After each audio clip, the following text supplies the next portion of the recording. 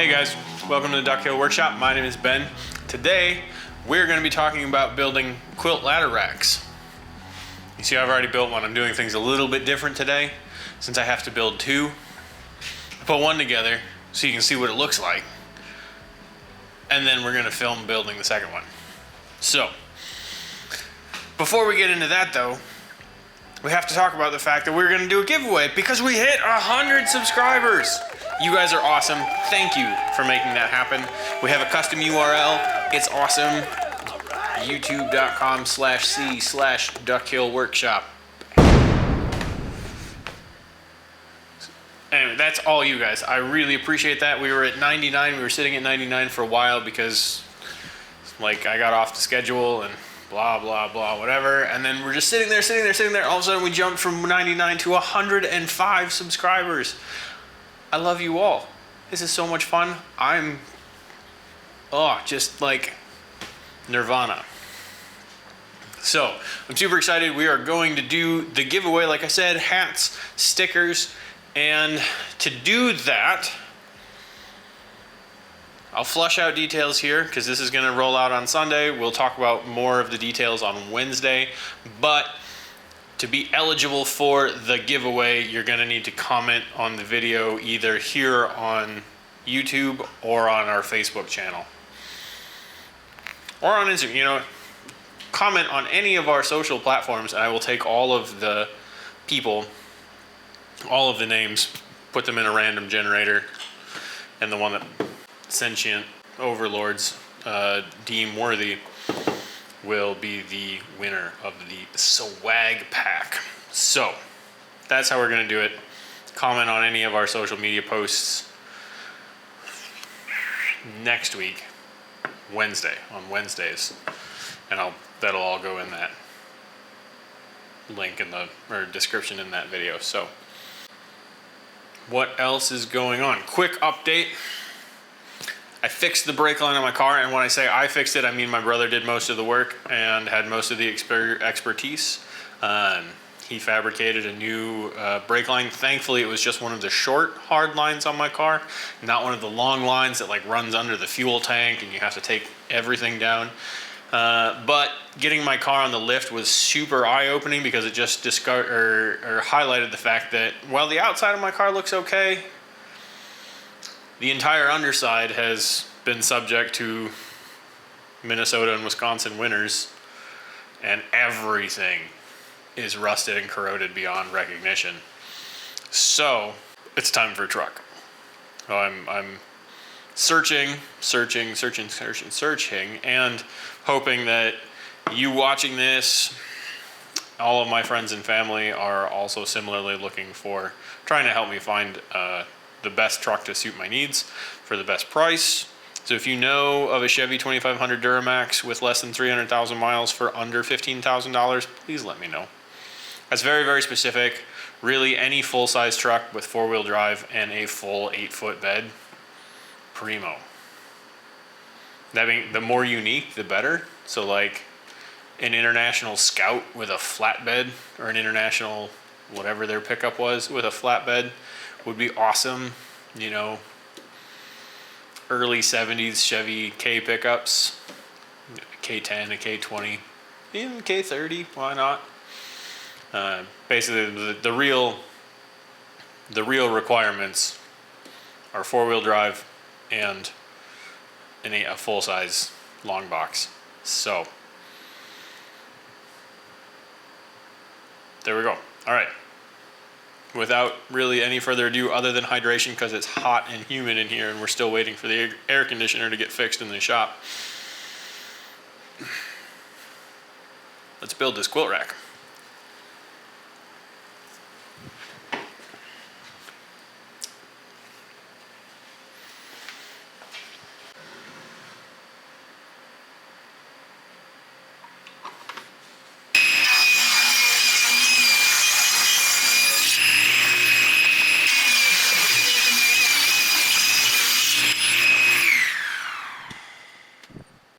All right, those are the two uprights for our legs. They're 2.5 inches wide by 6 feet long. Now we'll drop down to 1.5 inches.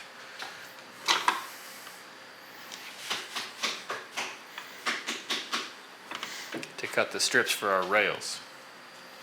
Also, of side note, the scrap left behind by the legs just happens to be the perfect width and thickness to be hardwood runners for the miter slot on the table saw.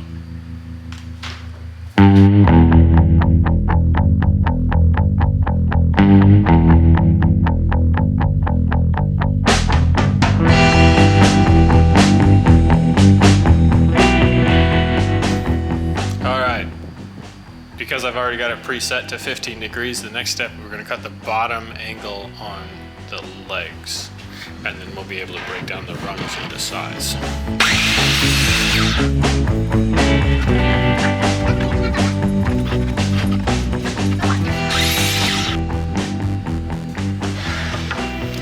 Reset to 0, and these will all be getting cut to 24 inches.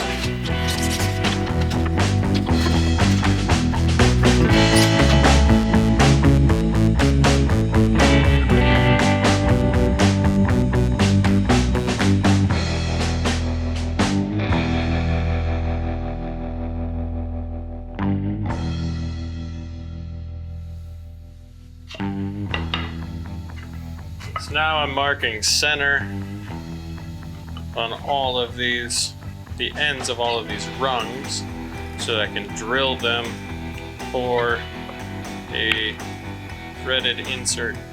And whenever I'm finding center of something, I always like to mark it from both sides, just to double check that I'm actually centered. And my brother-in-law is spray painting doors for their apartment downstairs, and that's why you hear the air compressor. I have no idea if you can even hear me talking right now.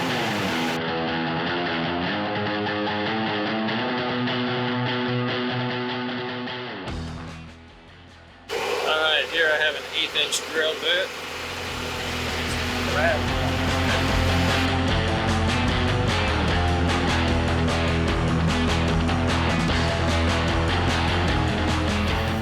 So you really want to be sure to make sure that you're drilling the right size hole for your threaded insert.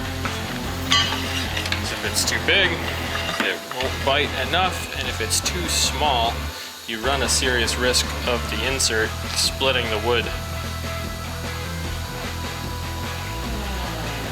as you screw it in.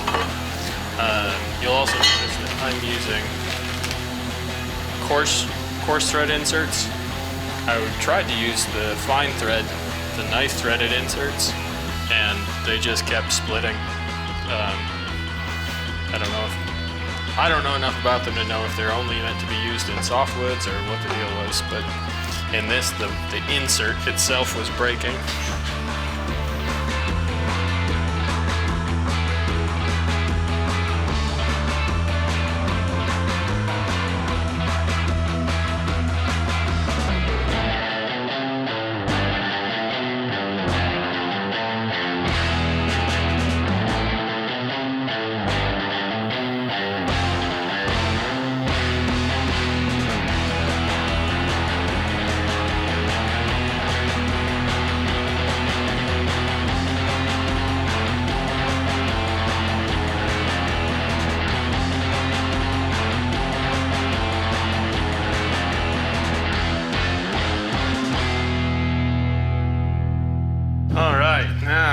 With the angles cut and the roundovers cut, it's time to lay out where each of our rungs is going to go.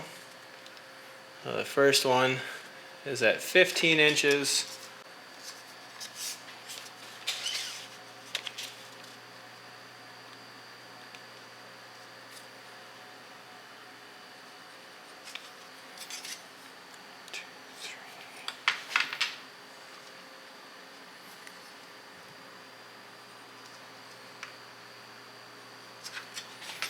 Okay, now a combination square and my tight mark gauge. Let's see, this is 2.5 inches wide, so half of that is 1.25 inches. So at each one of these marks, I'm just going to make a mark in the middle. I still have to sand this yet, so these will come right out.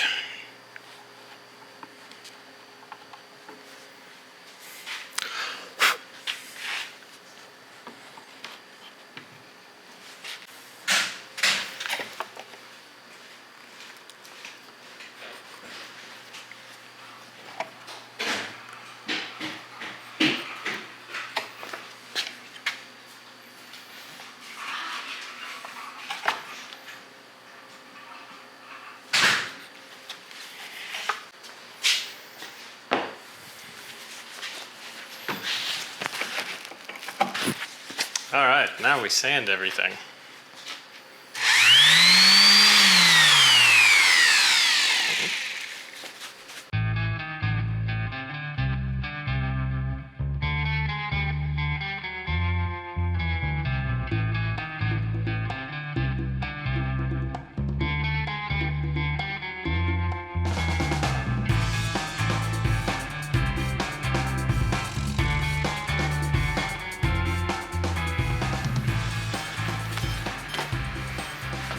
All right, there it is. Two of them put together. They're just leaning together. It's not going to be like that.